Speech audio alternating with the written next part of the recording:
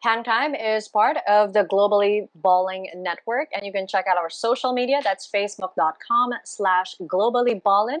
Instagram, don't forget to follow us at Globally Ballin Official. And don't forget also to tweet us. You can tweet us your suggestions of who you want us to interview in all kinds of sports here in the Philippines. That's at Globally Ballin. And for all of our sports fans, we've got more shows for you here from the Globally Ballin Network. We have the Globally Ballin podcast, an eternity of basketball, hang time, and who the heck are we? Just check it out on our YouTube page. That's at Globally Ballin. And don't forget to subscribe and hit the notification bell so that you'll be notified every time we release a new video. And we have a new network show.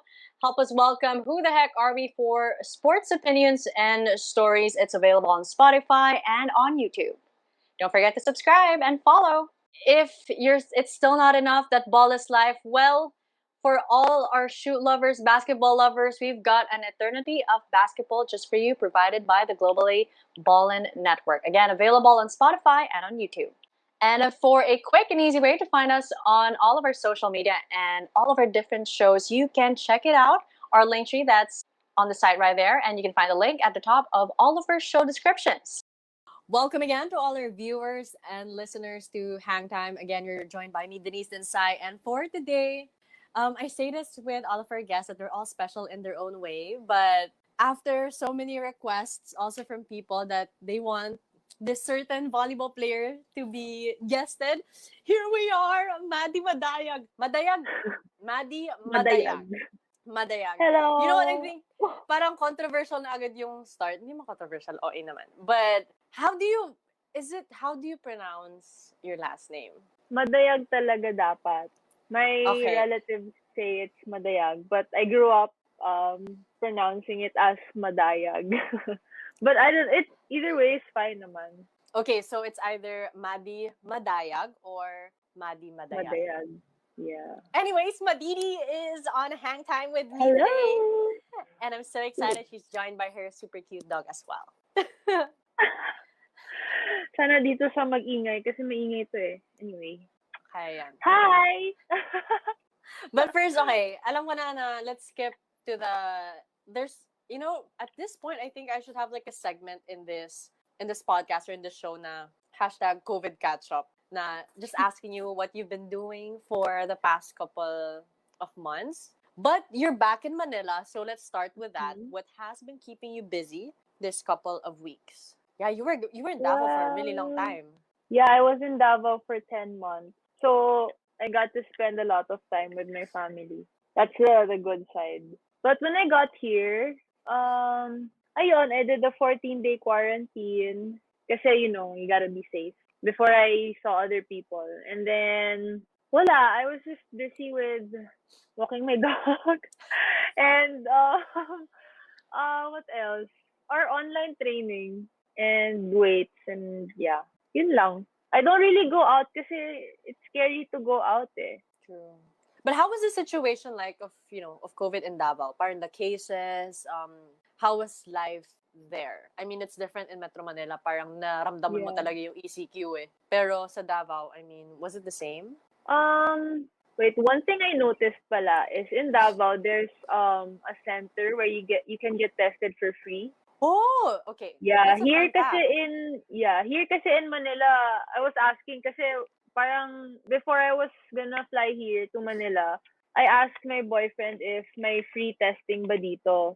Said wala. Sabi ko, okay. Kasi 'di ba syempre when you fly, na-expose ka sa eroplano kasi yeah. Close na ano yun. But yeah. Oh my gosh, that's actually a fun fact that I feel we don't get reported that. So thank you, Maddie, for that piece of news. Maybe that's why marami ding cases na ano sa Davao kasi maraming nagpapatest for free dun sa center. Oh, okay. So before you flew to Manila, doon ka nila nagpatest? No, actually, because my uncle, he's a doctor, and then he got na positive siya. Pero asymptomatic siya. And then na-expose kami kasi he stays in our house. Kasi nasa downtown area kami. So, dun siya tumatambay and na-expose kami. So, nagpa-COVID test kami dun. Oh. But we're free na. That was November pa though, so we're all good. And ang requirement lang is if you're from Manila flying to Davao, yun yung parang required na you have to take a test. But then from Davao to Manila, it's fine. You don't have to. So what kept you busy in Davao? Like, describe to us yung online trainings. Parang, Well, how's the feeling? okay, so at first, we all went home thinking na 1 month lang walang training. Kasi 'di ba biglaan nagka-lockdown, biglaan lahat. And yeah, when I was in Davao, I was just chilling. Pero syempre, 14-day quarantine din ako, so di rin ako lumabas ng house. Tapos, ayun, parang wala pang sinod na program yung coach namin nun eh. So I was just looking through YouTube, paano yung mga Zumba with my lola and mom para lang Oh my so they get goodness. to exercise also. Wait, so you So, searched for like your own training regimen? yeah, I mean, yeah, I did, see, here's my dog. Quiet, Gordon. Yeah, I was looking through Zumba dances in yung mga basic lang. Kasi syempre, Yeah. I'm with my lola and my mom. So, ayun, parang it was fun din. But then, after a week, they got tired na. So, di na rin ako nag-search. Ibang program na lang din yung ginawa ko kasi timing din. After a week, nag-send na rin yung coach namin. Would you say na you got into a slump during the quarantine? Yeah. Kasi we didn't know when training was gonna resume. I mean, actually, they said, when was it? March, diba? Nag-lockdown. Yeah. And then they said na April daw, we might go back to training na. So, okay, sure, yeah. Ilang months of, March, April, joke, 1 month lang pala. Anyway, ayun. But then, sabi nila, the management, they said na, we don't think na we're gonna resume anytime soon. So, we were all like, oh no, what are we gonna do? We were so ready ready for the next conference, but yeah, COVID Like happened. at what month did you feel the slump na parang, like, when is it gonna end? I feel like around May, June, July, mga ganon. Kasi I wanted to go back, but then ayun nga, it's really hard to, stay here na, I live with my cousins kasi, here in Manila. Kasi they both study in Ateneo and UP, but then now they're in Davao. So, ayun, parang pinag-isipan din namin ng family ko, ng parents ko na it's not practical to go back since wala pa namang training and wala rin akong kasama sa condo. So, ayun, parang I was thinking na, ano ba to? Parang when can we start training again? Kasi sobrang parang di naman tamad. Parang, how do you say it? I don't know how to, parang nakakawala ng motivation. Yan, ng gana to train. Tapos, yeah, but then of course, may weekly meetings kami with Coach O. Siyempre, alam mo naman si Coach O. No, but yeah. Kasama na yung prayer meetings dun eh. Yeah. Every, hindi naman prayer meeting, basta may mga Bible verse na, yeah. That's very Coach O. But then it was also good for us kasi it was, in a way, that was blah, blah, blah. That was what, I can't say it. Yun yung close pa rin sa amin or sa team. Kasi nga, di ba, syempre, nawawalan yung chemistry kasi we don't get to see each other as often. But yeah, the weekly meetings were good for us kasi nga, nagkakamustahan kami. And, ayun, nag-update. Actually, it's called weekly update. Para, the first part of that meeting is, isa-isa kami parang magsasabi sa team or sa Zoom na kung ano nangyari sa week namin. So, yeah. And, I don't know, like, it's a different thing, yung parang online and yung face-to-face. But at what point also were you like, you know what, parang nasanay ka na? And you realize na, you know what, you're separated, like, so many kilometers apart, na seeing each other on the screen feels face-to-face na rin. Does it make sense? Well, at some point, yeah, I guess so. Kasi, may dalawa kaming teammates nasa States. Isa nasa Canada, yung isa nasa California. So, yeah, parang ganun na nga talaga. But, with all the disadvantages that came with COVID, parang you said you were 10 months in Davao. It's very rare that you have a vacation that long to spend so Yeah. much time with your family. So, Uh-huh. kamusta yung rest? I know you didn't want that rest, but you were forced to take that rest. Kamusta naman yun? Well, it wasn't really a rest kasi we still had training every day. I mean, except for Sunday. But yeah, how was the rest? I don't know. Parang I try to forget it. I don't want to remember it. But the rest, siguro I didn't like na I was just working out at home kasi ang tagal ko matapos sa workout ko. After isang exercise, I use my phone. So, ang tagal. Ang tagal bago ako mag-resume sa next exercise ko. So, siguro abot ng 30 minutes and then I just catch myself, Mads, di ka na nag-workout. So, ayun. And I don't know, parang, but I'm sure when you talk about, I don't know, when I talk to Jamie, because I think you were referring to Jamie when you said nasa California, Yeah. were you? Yeah. Mm-hmm. That she said na it was good reconnecting with her parents, and Yeah. for all your fans and for those who, I don't know, your friends also know how much your mother is super, super involved talaga with your career. And also, you guys look like carbon copies of each other. It's kind of I wild. disagree. Shout out to Tita Donna. No, I don't see it. I don't see it. Maybe when she was young, but then right now I don't see it. okay, we're showing Really. the pictures to our viewers right now. Maddie, the similarity is uncanny. Ano hindi mo I really nakikita? can't see it. Yeah. But My yun mom nga, is so supportive. She's my number one fan talaga. Well, actually, my whole family. Sila yung number one fan. Si mama lang yung nagkakataon na may time to go to Manila to watch. And yeah, my grandparents even came with my mom to watch our games ng SEA Games. So, super, super touching. Yeah. now talk to us But about yeah, mother-daughter relationships are like a bit tricky because sometimes your mom can be your best friend, but sometimes also pag nag-aaway kayo, like yeah. sabungan level. Punch her in the face, no joke lang.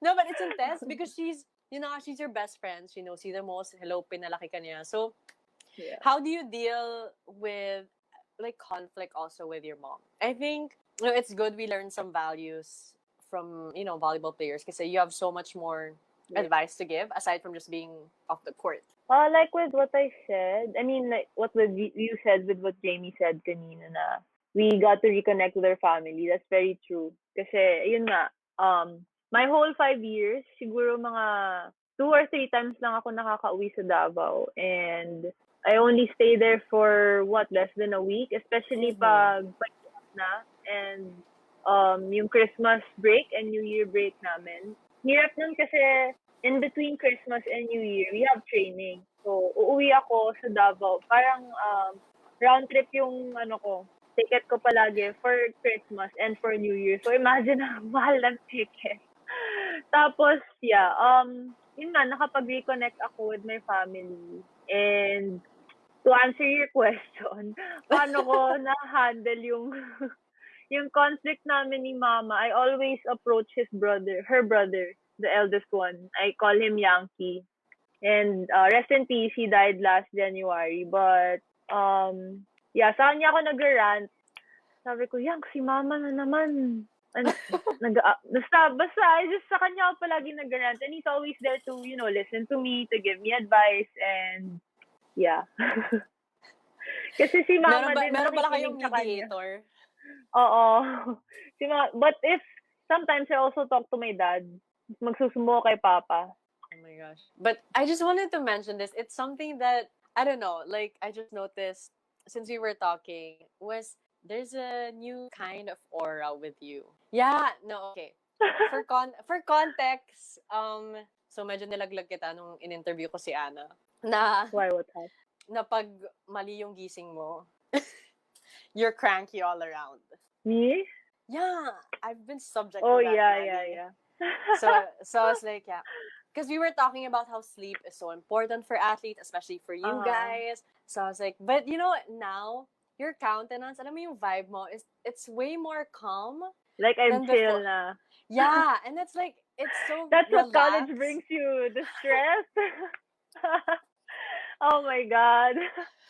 And the twice a day training, oh no. I'm pretty sure I'm not the only one. I feel like the whole team's like that. Na depende sa gising mo. Lalo na nagde-depend yung mood ng coach mo. Oh my That's Lord, true. I cannot.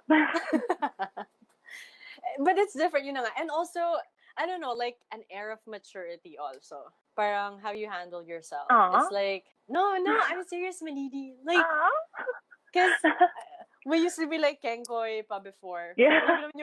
Grabe naman yung You were maka on before. third year, fourth year pa, no? Yeah. Nasa pancake house lang tayo. Tapos puro asaran. No, like, we're super sabog. And then, Yeah. but then now, how wala kang magagawa. you hold yourself with like so much grace. As in, I get to see it now. I mean, we've been trying to arrange lunch for the longest time. And seeing you now, really, no, like, sinasabi mo sa akin na you see how much I've grown. But I've also seen how much you've grown. And ang gusto ko lang siya i-mention because it's such a rare treat. Like, guys, swear, Maddie has come a long way. Oy, grabe ka, come a long way. Immature. No, but I feel like Not also immature, the pandemic. I feel like also the pandemic gave me time to, like, I don't know, think. Be by myself. Think about life. Yeah, and di na tayo masyado nag-uusap nung last year ko. And my teammates were, my teammates were telling me na parang since I started seeing Zolo, Gordon, quiet. Since I started seeing Zolo, parang he gave me this like chill vibe na I'm not always beast mode na. Yeah. Actually, that's the cutest thing. I see you guys, and you post about him a lot. And I was like, Maddie's a changed Actually, woman. I don't post a lot na, no? No, I mean before, when you guys, like, nung bago-bago pa. Yeah, we just started dating. And I was like, wow, this is Maddie in love. Wow. But yeah. I'm happy for you. Thank you. You found the person that brings out the best in you. AKA the chill. Really, like, you're chill intense. vibe. You're super intense, Maddie. Grabe naman yung intense. No, like, you bring so much. You're like super, super fire. Talagang. I can't even. I can't even imagine being fire. Dude, you were. Like, your intensity with how you dealt with things, both school, friendships, and the game, is something I've always admired. I was like, how is she always fired up for like everything? It's like, where do you get your intensity? Where do you get your passion? Probably my family. Aww. They just like fire me up. No, my mom, when we argue, I just get fired up. No, joke lang. Joke lang, ma. I love you. We all love your tita. Oh, yeah. But talk about now, you've mentioned na yun nga yung last year mo for UAAP. How it ended, a championship. Did you expect that to happen? I mean, coming into that season, the review of the Ateneo Lady Eagles wasn't so great kasi parang ang dami yung rookies that season. Mm-hmm. So sabi nila, maangapayan. Parang baka hindi pa nga mag-Final Four. So how did it feel like na coming into that season na parang people were like, medyo hindi masyado yung Ateneo Lady Eagles right now? I think for me, for siguro as seniors, sobrang perfect nung team na yun kasi lahat kami, parang even, siguro sa umpisa hindi kami ganon, pero siguro nung pa-UAAP na, we're all focused on one goal lang. Not like siguro other seasons na parang may kanya-kanya kaming goal. Mm-hmm. Nung season 81 talaga, Coach O made sure na we only had one goal na lahat kami pagtatrabahuin namin yung dapat namin gawin para makapag-champion kami. And he was very particular with the roles. Yun nga, I think Bea and I parang explained it in a lot of interviews na even the rookies, yung mga hindi masyado na papasok, tapos yung mga hindi din nakasali sa lineup, lahat sila, they had their own roles, and Coach O made sure na they would accept that. So I think that's the key, one of the key na yun, nakapag-perform kami ng maayos sa UAAP. And since Coach O, di ba bago si Coach O, transitioning coach siya nun. Nung start pa lang, he really instilled in our minds na mag-champion tayo this year. Kaya natin mag-champion this year. So, I guess wala. Yun nga, parang all throughout the year na training namin, that was all what we were thinking about, na parang, okay, we're gonna train for this. And yung cheer pa nga namin is for UAAP Championship. So, ayun. Para di namin makalimutan, I guess. Siguro that's one reminder rin na before training and after training, that's what we would shout. So, ayun. You mentioned something about roles, and I remember that season, Coach O brought something new also. I don't know if my memory serves me right. It's the first time na nagkaroon ng 2 captains ang Ateneo. Yeah. Yeah, like one on court, one off court. Like game captain and you were the off court, diba? Yeah, as in you were in charge of like discipline. Yeah. But when it comes to the game captain, the game, it was si Bea. Bea na bahala dun, yeah. Yeah. Can you explain to us how that duo worked? Because you and Bea also have different personalities eh. Yeah. So, paano nagkaroon ng chemistry na nakakuha kayo ng championship? And yung adapting to bago yung concept na dalawang captains. Mm-hmm. Nung narinig mo yun, I don't know, what was your reaction? Well, Coach O said kasi na before sa men's team, ganun daw talaga yung parang sistema nila, Isay and JP, I think. Basta yun, may co-captains din talaga dun sa men's team. So, parang in a way, dinala niya lang yung sistema niya. Kasi it worked for the men's team eh. Nag-3-peat sila. So, yun, dinala niya sa women's. And siguro, I think na it worked kasi Bea and I were batchmates. As in, lahat pinagdaanan namin together.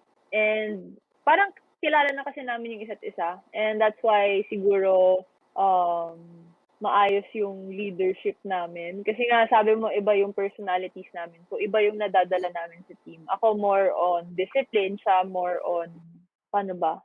Parang napapaisip niya yung mga teammates. I mean, she's more of the calm one. Mas na-explain niya sa mga teammates namin kung ano yung gusto naming parang ipagawa sa kanila. So, ayun. Off the court, how did you assert naman your leadership? Well, when Coach O said siguro off the court, he meant in training. Parang, ako yung, ask the other girls, especially the rookies. Sobrang takot sila sa akin kasi sobrang beast mode ko talaga. Actually, nagagalit ako sa alam ko kanila yun, Maddie. sa training. Nagagalit ako sa kanila sa training. Kasi naman, kaya naman nila. May mga times na yung galit ko out of frustration din kasi I know they can do it, but then siguro they themselves, di pa nila nakikita na kaya nilang gawin. Yung mga ganung bagay. So, ayun. But at the end, how like, buti hindi naman sila nagtatampo sa'yo. Ay, nako, hindi ko alam. Feeling ko na alam ko na sinasabi. Hindi ako sure. Kay Bea yan nagsusumbong lahat. As in, pag pinapagalitan ko sila, nagsusumbong yan kay Bea. Si Bea naman yung ginawa niya yan kasi ganito, ganyan. So, she's the more talkative one. I'm the more disciplinarian. May kanya-kanya kaming may names kami nila Bea sa coach. Ako daw si Ate V, Vilma, kasi parang palagi daw galit. Tapos si Bea daw si Charo, kasi mahinhin lang, gano'n. So, seryoso ba ayun, yan? inside scoop, oo. Ate V tawag nila sa akin kasi palagi akong galit. Oh my goodness. But you know, it worked out well naman for the team. You graduated with a championship. Yeah. Mm-hmm. Oh my God. And how was that feeling na parang, alam mo yung, it's such a rare feat graduate with the UAAP Championship. Mm-hmm. But to enter and graduate as a UAAP champion. It's such a momentous event. Well, siguro kasi first year namin, rookies pa lang kami, so wala pa kaming kinalaman sa championship eh. Yeah. Yung pag last year mo talaga, sobrang iba yung feeling kasi second year, third year, fourth year namin, di kami nag-champion. So, I guess lahat ng pinaghirapan namin, nung second year, lahat ng mga talo, lahat ng, kasi di ba, sobrang nakaka-frustrate din na ilang years ka na natalo sa finals. Tapos yung fourth year pa na season 80 pa, di pa kami nakapasok sa finals. So, sobrang fulfilling lang na yung last year namin, at least may naiwan kaming maganda sa Ateneo. And that's not the only thing that you left when you left Ateneo. You also set a record. 11 blocks. Shout out Dim Pakles, thank you.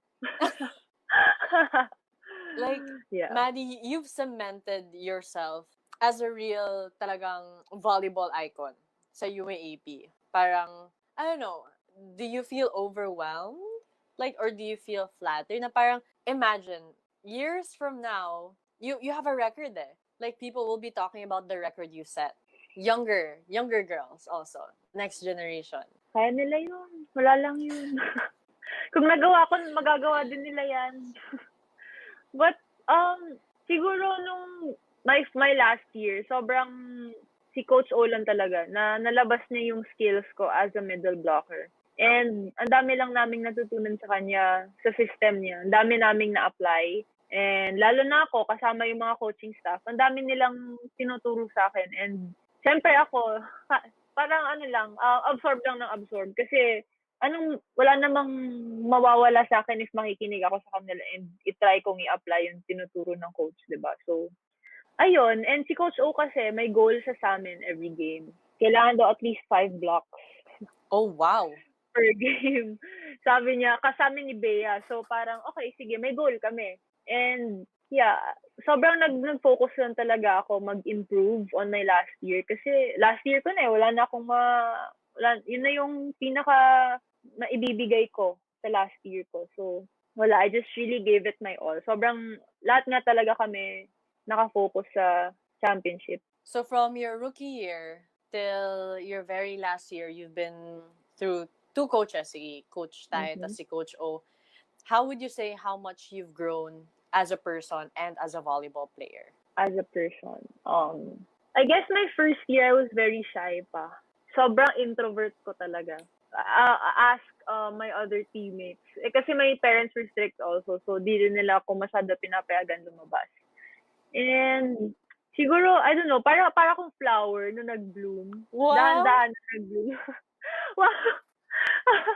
But yeah, that's how I see it eh. Kasi parang for me, nung first year ko, yun nga, parang mahihain ako, di ako masyado lumalabas. And then, parang dahan-dahan nung second year ko, naging starter ako, but then I got injured, so that's like a setback. And then third year, fourth year, parang dahan-dahan na parang I'm starting to, I don't know, learn more about myself, about the people around me, the coaches, and like I started learning more about volleyball, syempre kasi more experience. And yeah, siguro also the people I met, parang ang daming influence, ang dami kong natutunan sa iba, ang dami kong siguro how do you say it, parang yung mga alam mong dapat di mo rin gawin na nakikita mo sa ibang tao. So I guess naging very observant din ako. So ayun, parang nakita ko yung sa tingin ko yung tama and sa tingin ko yung hindi na parang pwede kong gawin,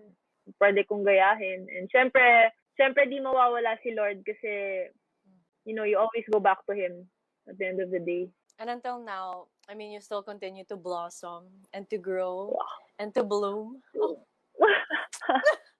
No, but after graduating, you easily got into a team. That also is a very rare thing. Actually, because wasn't that easy. Really? Oh, no. Yeah. Tell us why. Oh, sige. Kasi the first team that got me, I was, I think, fourth year pa nun, Creamline, they were trying to get me na after I graduate, magpupunta sa kanila. So they were the very first team na who tried to get me. And syempre, hindi pa ako nakakapag-isip ng maayos nun kasi, fourth year pa I still had one more year. So I wanted to focus on my last year. Kasi darating lang naman yun yung career mo after. And then may ibang teams pa. When I graduated na dun they started messaging me kasi sabi ko sa manager ko na if they message them, parang can they tell them na I don't wanna, parang hindi ako disturb. Mhm. Kasi parang yun nga, I wanna focus on UAAP first. And ayun, when I graduated, andun dami nang nag-message. But parang parang wala akong mahanap na fit ako. So kami ni Kat, parang saan tayo pupunta? Di namin alam eh. So, and then biglang may nag-message na Rebisco will make a new team. So parang, oh my gosh, kami lahat parang, talaga ba? Yung kami, ako, si Kim, si Kat, si Bea. Kasi nung Ateneo Motolite pa lang, nung PVL 2018, we were all thinking na, sana after nito magkakasama pa tayo. Coach O was there, so 5 kami nun. Parang sana magkakasama pa rin tayo after nito. That was like parang sana lang, di ba? Parang what if? Tapos biglang natuloy din, thanks to Rebisco, kasi wala, parang sobrang thankful lang din talaga kami kina Sir Jonathan na naisip na gumawa ng bagong team. Tapos, ayun, nabuo kami. And sobrang sarap na kasama ulit namin yung isa't isa under Coach O system. Kasi for us, I think na parang we were all improving under Coach O. Parang with his system, we learned a lot more. And, ayun, parang nakulangan siguro kami. Pero ngayon parang hindi na ata kulang. Parang sobra na. Hindi, joke lang. Joke lang, Coach O. And yeah, parang, ayun, sobrang sarap lang sa feeling na magkakasama kaming lahat. So, when you were looking for teams, it was first, dapat sama-sama kayo. Second is kailangan nun si Coach O kasi parang you felt like the momentum under his guidance was there. Mm-hmm. Are there any other requirements that you were looking for also? Well, syempre, like, management and the coaches and, you know, you always have to look at yung kung paano ka tatatuloy ng management. And that's very important kasi sila yung magiging family mo for like a year or a few years. So, kailangan dun ka kung saan ka alagaan talaga ng maayos. And kung sa tingin mo saan ka magiging comfortable and safe in a way. And ayun, syempre yung coach din kasi maghahanap ka ng coach kung saan mo feel na mag-grow ka as an athlete and also as a person. And ayun, kung titingnan mo yung sistema niya kung sa tingin mo mag-work ba. Actually, nung nag-iisip pa ako ng team, nag-usap kami ni Ate Abby, ni Chang. Yeah. And she said, alam mo, Mads, ako marami na akong pinagdaanan na team. Dami ko nang pinuntahan.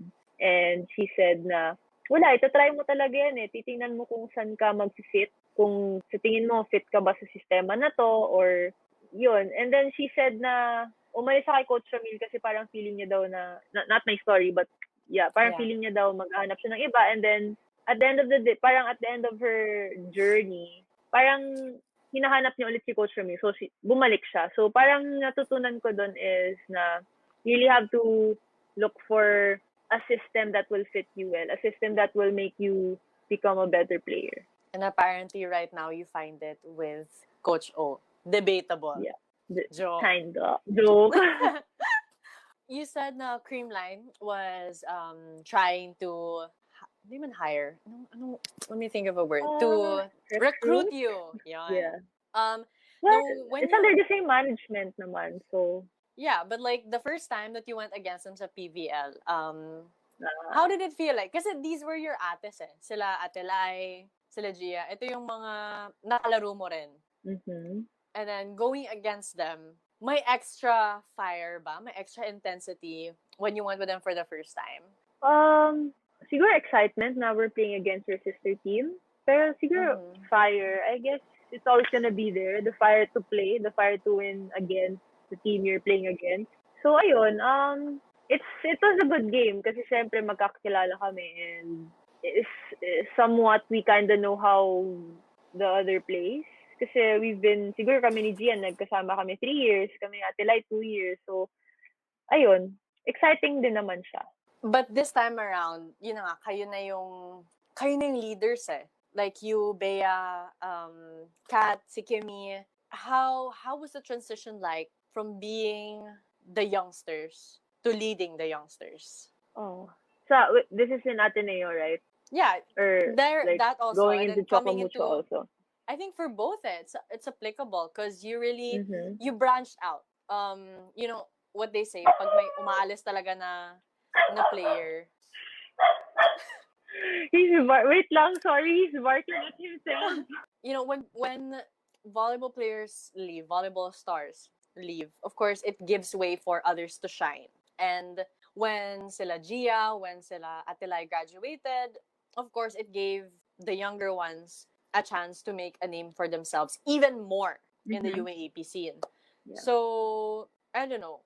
Ikwento mo naman sa amin, I guess, yung naging transition mo to being one of those key players for Ateneo and then eventually also for Chocomucho. Well, for me, it takes time talaga as an athlete to, grow and to develop your skills. Kasi syempre, hindi naman yan it's not gonna happen overnight, right? So, yeah, you have to go through the process in order to become who you are. I think nung first year ko, I was very pabebe. And then coming into, siguro, when I tore my ACL, parang umiba yung thinking ko, yung mindset ko as a player. And ayun, pagbalik ko nung third year, mas, I guess, more determined din ako. Especially na parang pabalik ako. I was coming back from an injury. And yun nga, parang like what you said kanina, parang yung seniors leave and then they give chances to players like me to lead the youngsters, as you said. um, how do you say it? I think you also learn it as the years go by. Makita mo rin naman sa seniors mo kung paano kanila tatatuhin, and siguro if you think na it's okay that's what the seniors are supposed to do, and then you're gonna apply it to your rookies or to the youngsters. So ano rin siya parang how your seniors influence you or how they treat you din. Yung syempre yung experience mo ma-affect din talaga yan. So ayun. So what was the legacy na iniwan sa'yo ng mga former Ateneo Lady Eagles? At sa tingin mo, ano yung legacy na iniwan mo to the younger Ateneo Lady Eagles? Well, I guess, syempre yung mindset nila Atelay na wag niyo ibahin yung ugali niyo porket natatalo. Parang when you're down, example, when you're down, syempre, what I saw when they were playing inside, parang laban pa rin sila. Syempre, parang hindi mo makikita sa isip nila na matatalo na tayo. Siguro yung makikita mo sa kanila when they're inside the court is that, hindi, kaya pa natin yung habulin. So, siguro yung, determination na nahabulin yung kabilang team. That's what I got from them. And si Gia also, before she left, di ba siya yung naging captain before. And siguro, is to be frank with other players. Kasi alam mo naman si Gia. Straight to the point. Straight to the point si Gia. So, nakita ko na, syempre, mas okay naman yun kaysa may tinatago ka. Di ba? Parang may kinikintin ka sa loob mo. And that's what was good about it na, ayun nga, sasabihin mo yung dapat masabi. So, ayun. And now, ano yung in-impart mo sa younger generation? Maging Sa tingin mo, mataray. Joke lang. Siyempre, it's to be strong, to be matapang. I guess, siguro, that's one of the most, nakakatatak na trait ko is to be strong. Na kahit na parang nahihirapan na, parang I seldom cry nung my last few years Nung first year lang ako iyakin under Coach Ty. Kasi sobrang hirap ng trading niya. But, yeah.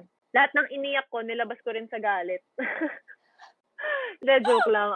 Yeah, siguro, ayun, maging fierce na kung anong challenge ibibigay sa'yo ng coach, tatanggapin mo, and you wanna make sure na you overcome that challenge. So, you talk about courage a lot and also being strong. I guess an advice na how do you find, like, let's look at other situations na parang how do you find still being kind at the same time also not allowing people to walk on you? I don't think I allow people to walk on me.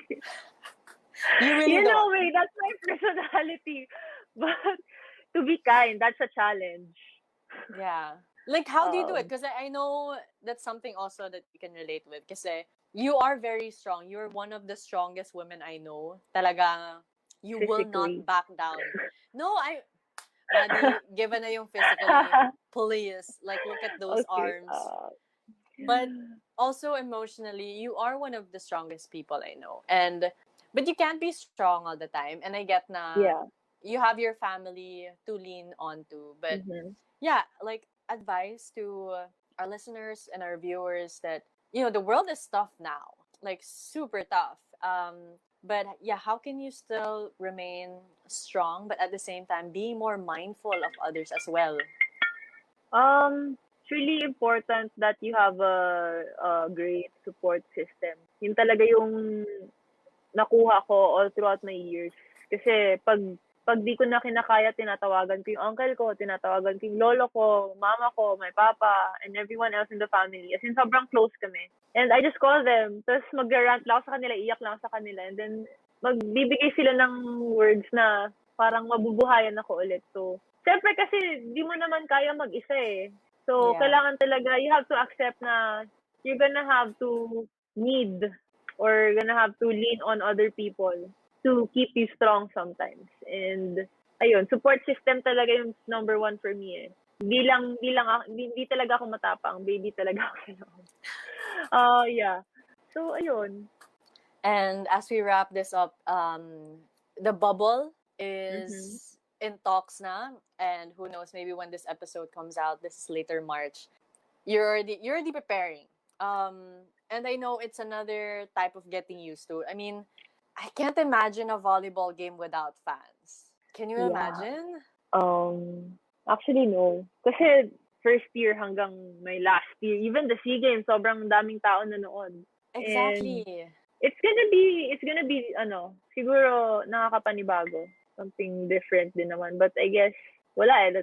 We have to face consequences of our actions. So, But yeah. since, I guess, now let's look for alternative ways in how the Mhm. fans can still show support. They can still watch naman live, di ba? I mean, live on TV or Yeah, on yeah, the yeah. internet. And siguro nakakapanibago lang din sa amin kasi grabe yung impact ng fans eh. 'Di ba? Yeah. Lalo na pag big games and when you're down and then they just start cheering, go, Ateneo 100 fight! And then parang biglang mapapump up ka ulit. So, sobrang magiging iba yung bubble. But like what you said, di naman, well, siguro good change din in a way na para we really focus talaga kami. Parang isipin namin nasa training camp lang kaming lahat. All the teams that are gonna be there. So, less distractions, I guess. And Mm-hmm. mas mas makaka-focus talaga kami siguro. Tapos at least parang, yun na nga, at the end of the day, at least you get to play volleyball. That's That's that true. that that's it. And like as a volleyball fan, you know what? Fine. At least I get to watch a volleyball game. Kahit sa Yeah. TV man lang. Pero at least bago. Parang, Wag, na-appreciate ko wag na naman yung yung mga replay. replays. Like, Something you're new. itching. Yeah, I get you. True. So, do you think maninibago ka na 10 months, Hmm. almost a year actually, that you haven't played volleyball? With Yeah. something like that, do you think No. it ever goes away? Yung parang, or muscle memory? Like, what are you most looking forward to sa bubble aside from being able to play volleyball? Siguro since a lot of different teams are coming in, Mm-hmm. like other teams, Signal, PLDT, and yeah, so we get to play with a lot more players, a lot more teams. So I guess hindi lang yung usual na PVL team na kasi ilang years na sa PVL, 8 teams lang. So halos Yeah. magkakakilala na lahat. Alam na yung movements, yung mga tendencies ng team. So maganda rin yung may dumating na bago para mas challenging siya for everyone. As in lahat talaga ng teams na na-challenge kasi paano maglaro tong team na to, 'di ba? So, paano maglaro tong player na to? Para hindi ko pa siya nakakalaban ever. So, ayun. Maganda rin na maraming teams ngayon. And this is a new chapter for Maddie Madayag, and your growth and your blooming continues. Like, what can we expect from like fans also? I don't know. Siguro, Surprise! surprise! Abangan nyo na lang. Manood na lang kayo. Joke lang. Siguro kasi marami na kaming magkakilala sa team. Kami nila Dina. Siguro more energy. Siguro that's what we can bring. More pride, Titan pride. Oh, saka mucho. Wow. I love it. Yeah.